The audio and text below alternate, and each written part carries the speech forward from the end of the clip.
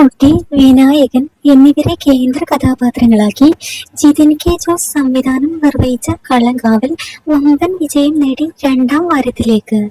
ആദ്യ വാരം പിന്നിടുമ്പോഴും ചിത്രം കേരളത്തിലെ 300-ൽ പരം സ്ക്രീനുകളിലാണ് പ്രദർശിപ്പിക്കുന്നത്.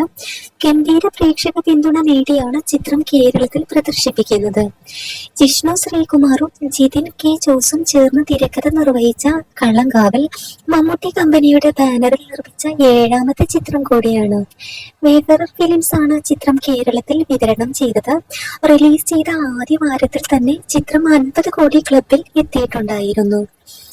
ഏറ്റവും വേഗത്തിൽ 50 കോടി ക്ലബിൽ ഇടം പിടിച്ച മമ്മൂട്ടി ചിത്രമെന്ന റെക്കോർഡും കളങ്കാവിൽ സ്വന്തമാക്കിയിരുന്നു.